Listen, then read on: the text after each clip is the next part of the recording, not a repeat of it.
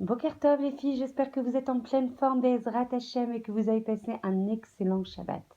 Alors aujourd'hui, on va parler du fait que Akadosh Baruch Hu, malgré l'obscurité qui des fois s'épaissit, malgré les souffrances qui peuvent s'accumuler, désire plus que tout que le Ham Israël en fait le réclame, le désire, veut sa proximité à Akadosh Baruch Hu, même au moment où on a l'impression qu'Akadosh Baruch Hu, lo alenu, il n'est pas là parce qu'il est évidemment toujours là, à notre proximité, prêt à réconforter ses enfants effrayés.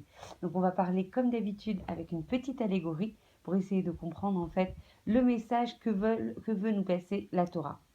Alors qu'il fait le tour du terrain en courant sur ses deux petites jambes solides, l'enfant de 3 ans ne jette même pas un coup d'œil à son papa, assis sur un banc près de là. Et il se passe quoi soudain? Il trébuche, il tombe, il culbute à plat ventre sur l'herbe.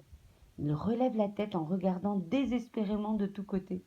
Et apercevant son papa qui s'approchait, il crie en pleurant: Papa, papa! Et cette allégorie, en fait, nous démontre à quel point c'est précisément au moment où on ressent une vive douleur par rapport à des souffrances qui des fois se durcissent, par rapport à une justice sévère que l'on doit appeler justement Akadosh Baruch Hu, comme un enfant appelle son papa, ainsi que nous enseigne la Torah.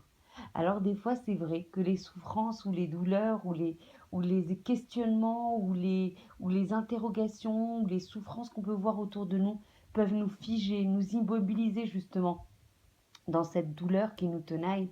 Et en fait, c'est le contraire. Akadosh Baruch Hu, justement, d'Afka au centre, dans la souffrance, dans le côté sombre en fait qui peut s'épaissir par rapport à ces souffrances. C'est là qu'Akadosh Baruch Hu nous attend. C'est là qu'Akadosh Baruch Hu souhaite nos prières. C'est là qu'Akadosh Baruch Hu désire plus que tout qu'on l'appelle, comme un enfant appelle son papa, ainsi que nous enseigne la Torah. En effet, le modèle que nous livre justement la Torah pour nous permettre d'affronter ces moments qui sont difficiles, elle va débuter en fait depuis la première persécution que l'on a subie et les premiers exils, jusque donc en Égypte évidemment, et va s'étendre tout au long des siècles d'exil douloureux jusqu'aux ultimes épreuves que l'on vit déjà, qui vont précéder la venue du Mashiach. Et dans ce type de situation, vous savez comment est appelé Akadosh Baruch Hu? Akadosh Baruch Hu est appelé Avinu Sheba Shamayim. Car c'est là, en pleine souffrance d'Afka, quand il n'y a pas de lumière, quand les épreuves elles sont de plus en plus difficiles, qu'Akadosh Baruch Hu désire ses enfants, désire en fait la prière de ses enfants, désire les mots de ses enfants, et désire en fait que l'on comprenne que malgré tout ce qui nous entoure, Hachem nous aime plus que tout. Et même avec les défauts que l'on a, Akadosh Baruch Hu nous aime plus que tout. Et même lorsqu'on voit qu'il nous laisse souffrir, Hachem nous aime plus que tout et ne désire que nous. Tel un papa qui reste à proximité et qui est toujours prêt à réconforter ses enfants effrayés. Et voici donc le message que malgré tout Akadosh Baruch Hu nous transmet, même lorsqu'il ordonne à Moshe et qui dit à Moshe que le cœur de Pharaon va se durcir, il dit également à Moshe que de toute façon, même si les conditions d'esclavage sont de plus en plus insupportables, c'est là d'Afka que les Juifs doivent se trouver au sommet de leur rouhaniout et au sommet de leur spiritualité. Ça paraît extrêmement paradoxal, parce que justement, c'est là que lorsque la souffrance se durcit, on sait que le cœur de Pharaon s'est durci et que du coup, les conditions d'esclavage se sont également durcies. Et c'est là qu'Akadosh Baruch Hu attend ses enfants malgré tout au plus haut moment de leur spiritualité. C'est là en fait où Akadosh Baruch Hu va tester notre émouna et malgré la souffrance que ces épreuves vont occasionner, Akadosh Baruch Hu désire que ses enfants le recherchent, que ses enfants désirent une relation exclusive avec lui. Et quand ils sont saturés d'impureté et emplis de désespoir, même lorsqu'ils livrent un message à Pharaon, Hachem proclame comme étant les siens: Israël est le premier-né de mes fils. Et quand Hachem dit ces mots, il va entamer une série de miracles incroyables, saisissants, dont le point culminant sera l'ascension au mont Sinaï par une foule nombreuse d'esclaves en état de pureté totale. Donc au cœur de la souffrance, au cœur des questionnements, au cœur en fait justement de l'impureté, ils étaient descendus au 5e niveau d'impureté. Malgré tout, Hachem va proclamer. Donc en fait, on dit d'ailleurs que le Mashiach va arriver quand les enfants vont revenir en fait de leur péché. Et c'est ce qu'on va vivre dans le Mashiach, c'est quand les gens vont revenir de leur état d'impureté et vont revenir vers Akadosh Baruch Hu pour atteindre un niveau de pureté totale. Et c'est vraiment cette dynamique qu'on va voir se déployer chaque fois qu'une personne va ressentir une douleur qui va croiser son chemin. Le Michelet nous fournit l'accès à travers lequel il est possible, malgré cette souffrance, de se rapprocher d'Akadosh Baruch Hu et de ressentir son amour infini pour les enfants d'Israël, non seulement en dépit de ses difficultés, non seulement en dépit de ça, mais en plus grâce à ça. Car celui qui l'aime, Akadosh Baruch Hu le châtie, le fait souffrir tel un papa, mais après il l'apaise. Il le fait souffrir parce qu'il veut le remettre sur le droit chemin. Il ne veut pas le faire souffrir pour le faire souffrir. Il le fait souffrir pour lui dire, là tu dévies mon fils, reviens avec moi, ça n'est pas ton bien ce chemin. Reviens dans l'état de pureté qui doit te caractériser. Et non seulement il le fait revenir par cette souffrance sur le droit chemin, mais en plus il l'apaise.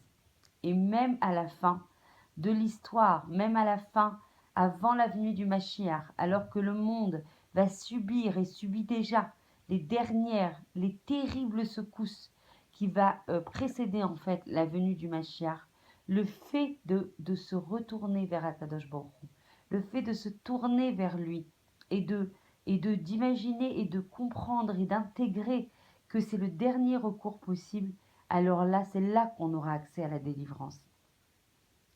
Et comme c'est mentionné en fait dans la Gemara Sota, la Gemara Sota pose la question de ce que devra faire le peuple juif pendant cette époque où il sera impuissant et en dégradation totale. La réponse est se fier uniquement à Kadosh Baruch Hu. C'est ça la mitzvah essentielle, c'est de se fier juste à Kadosh Baruch Hu qui est Avinu Bashamayim, de se retourner vers Akadosh Baruch Hu comme son papa, comme le papa d'un enfant de 3 ans qui tombe et qui trébuche. Akadosh Baruch Hu, papa qui est Hachem, qui est notre papa, s'il te plaît, aide-nous. On sait qu'on ne peut se fier qu'à toi. On ne peut avoir une relation exclusive qu'avec toi. On ne peut avoir de la émouna que vis-à-vis de toi. Toutes comment dire, les calculs en fait des nations, tous les supports des nations, toute la politique, toute la vision économique, tous les événements géopolitiques n'y feront rien.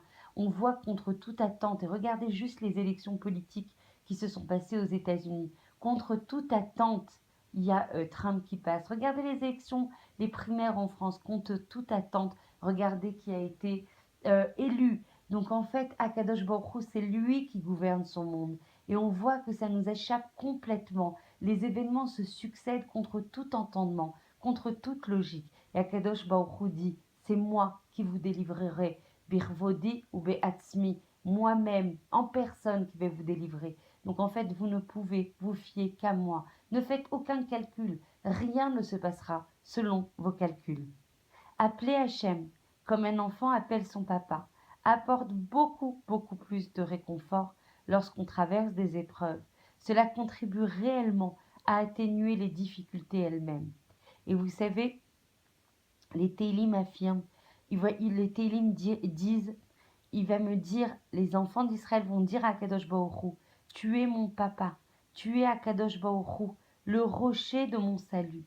Et le Netivot Shalom explique que lorsque nous appellerons Hachem, comme nous le ferions pour notre papa, les accusateurs célestes seront annulés, seront bannis, et seules les portes des Rachamim seront grand ouvertes. Quand on appellera Akadosh Baruch Hu comme on appelle notre papa, il n'y aura plus d'accusateurs contre le Ham Israël, et seuls les Rachamim se déverseront sur le Ham Israël. Nous pourrons trouver du réconfort, explique le Rav Shlomo Zalman Auerbach Zecher Tzadik Vekadosh Livracha, dans la certitude que comme un papa, la réponse de Hachem à notre prière sera donnée dans l'amour et dans la compassion, et même si la souffrance n'a pas complètement disparu, Hachem nous bénira de sa miséricorde et de son amour. Tel est le niveau de proximité sur lequel un juif peut compter lorsqu'il se présente en prière devant Akadosh Baruch Hu. Il ne s'incline pas devant un roi seulement, il se tient également sous le regard aimant d'Akadosh Baruch Hu, dont l'unique désir, dont l'unique volonté, dont l'unique passion est de faire le bien à son enfant chéri, l'enfant chéri parmi tous ses enfants Be'ezrat Hashem. Donc n'oubliez pas, on est évidemment des Ovdé d'Akadosh Baruch Hu, des serviteurs d'Akadosh Baruch Hu. Donc on se tient toujours devant le roi des rois. On n'oublie pas cette relation. Mais quand la souffrance nous envahit, quand les terribles malheurs peuvent se succéder, se retourner vers Akadosh Baruch Hu, en se remettant complètement à lui et en criant comme on crie à son papa, Akadosh Baruch Hu, papa, je ne sais rien faire sans toi. Je suis toute petite sans toi. Je suis sans force et je ne comprends rien. Mais s'il te plaît, papa, aide-moi justement quand l'obscurité s'assombrit, quand l'obscurité s'épaissit. J'ai besoin de toi plus que jamais. Sauve-moi et protège-moi sous tes ailes, sous la Shrina, Bezrat Hashem. Voilà, je vous embrasse très fort. J'espère que ce cours vous apportera beaucoup de force et d'espoir. N'hésitez pas à le partager comme on l'exprimait en fait dans le cours hier. Celui qui sera sauvé pendant les Chevlei Mashiach, pendant les contractions de la venue du Mashiach, seront ceux qui feront des chassadim, sont ceux qui feront des bienfaits aux autres et ceux qui étudieront la Torah, Bezrat Hashem, qu'on puisse toujours avoir la Torah d'une main et les chassadim de l'autre. N'hésitez pas, quand on partage les paroles de Torah, c'est complètement associé en fait au chesed le plus ultime que l'on peut faire pour ses frères, pour le Ham Israël Koulo. Je vous embrasse très très fort et je vous souhaite une très très bonne journée et je vous retrouve demain, Bezrat Hashem.